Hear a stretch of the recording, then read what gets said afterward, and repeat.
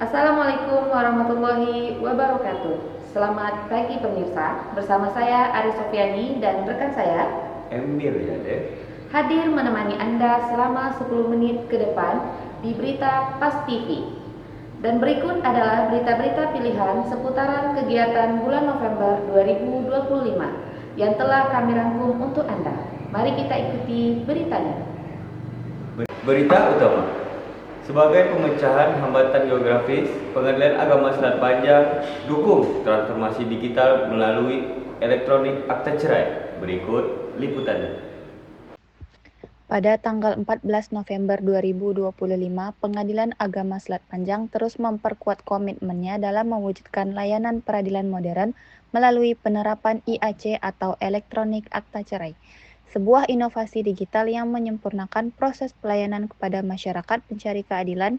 IAC merupakan bagian dari transformasi digital yang dicanangkan oleh Direktorat Jenderal Badan Peradilan Mahkamah Agung Republik Indonesia yang menekankan percepatan layanan, transparansi, dan integrasi sistem informasi. Tanpa harus menyeberang laut, tanpa antrian panjang, dan tanpa biaya tambahan, masyarakat kini dapat mengakses dokumen kependudukan yang valid, sah, dan dilengkapi QR Code untuk verifikasi keaslian. Di daerah terluar seperti Kecamatan Tasik Putri Puyuh, layanan ini bukan hanya inovasi tetapi solusi. Jarak yang sebelumnya menjadi batas kini berubah menjadi angka dalam koordinat digital. Waktu yang dahulu habis untuk perjalanan kini dapat digantikan dengan aktivitas produktif lainnya. Negara hadir tidak melalui kapal besar, tetapi melalui sistem yang terdigitalisasi. Pengadilan Agama Selat Panjang memahami bahwa pelayanan prima harus menjangkau semua lapisan masyarakat, termasuk mereka yang tinggal di wilayah pesisir dan terluar. Dengan IAC, harapan ini bukan hanya wacana, tetapi telah menjelma menjadi realitas yang dipegang langsung oleh masyarakat secara harfiah dan digital. Melalui langkah kecil namun berdampak besar ini, Pengadilan Agama Selat Panjang kembali membuktikan bahwa teknologi dapat menjadi perahu baru, mengarungi jarak, menembus hambatan, dan membawa pelayanan yang berkeadilan hingga ke sudut-sudut negeri. Karena pada akhirnya pelayanan yang baik adalah pelayanan yang berhasil menemukan masyarakatnya dimanapun mereka berada. Berita selanjutnya, sinergi Pengadilan Agama Selat Panjang dan DPM PTSP Kabupaten Kepulauan Meranti pembentukan mal pelayanan publik. Berikut liputannya.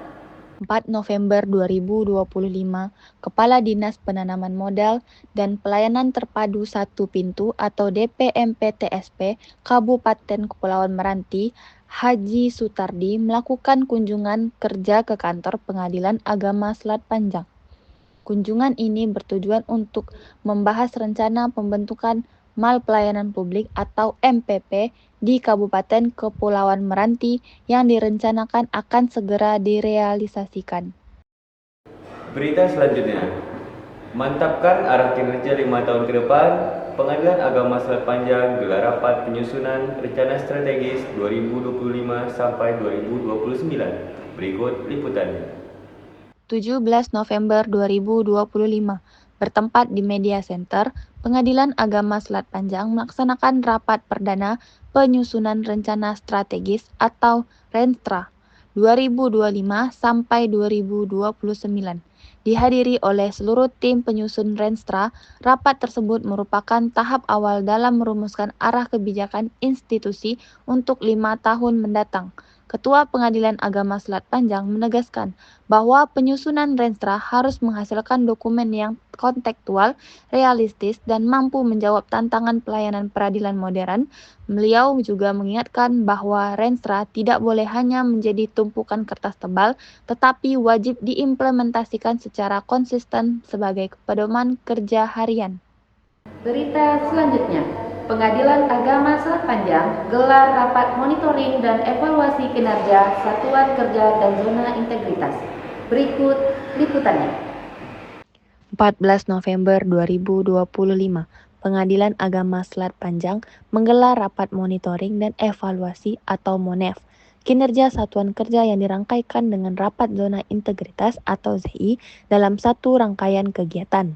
Meski memadukan dua agenda penting sekaligus, rapat berjalan dengan suasana kondusif, komunikatif, dan penuh semangat dari seluruh peserta yang hadir.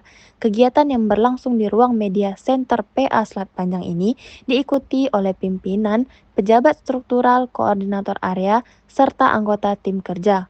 Mengawali rapat, pimpinan menekankan pentingnya evaluasi berkala terhadap capaian kinerja satuan kerja agar setiap program, layanan, dan target dapat berjalan sesuai standar yang ditetapkan.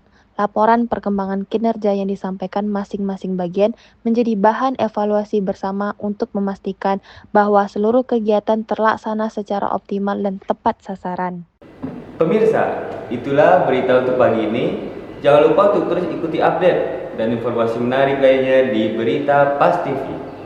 Edisi bulan berjalan. Saya, Emilia Dev. Dan saya, Ari Sofiani, mengucapkan terima kasih atas perhatian Anda. Sampai jumpa di edisi berikutnya.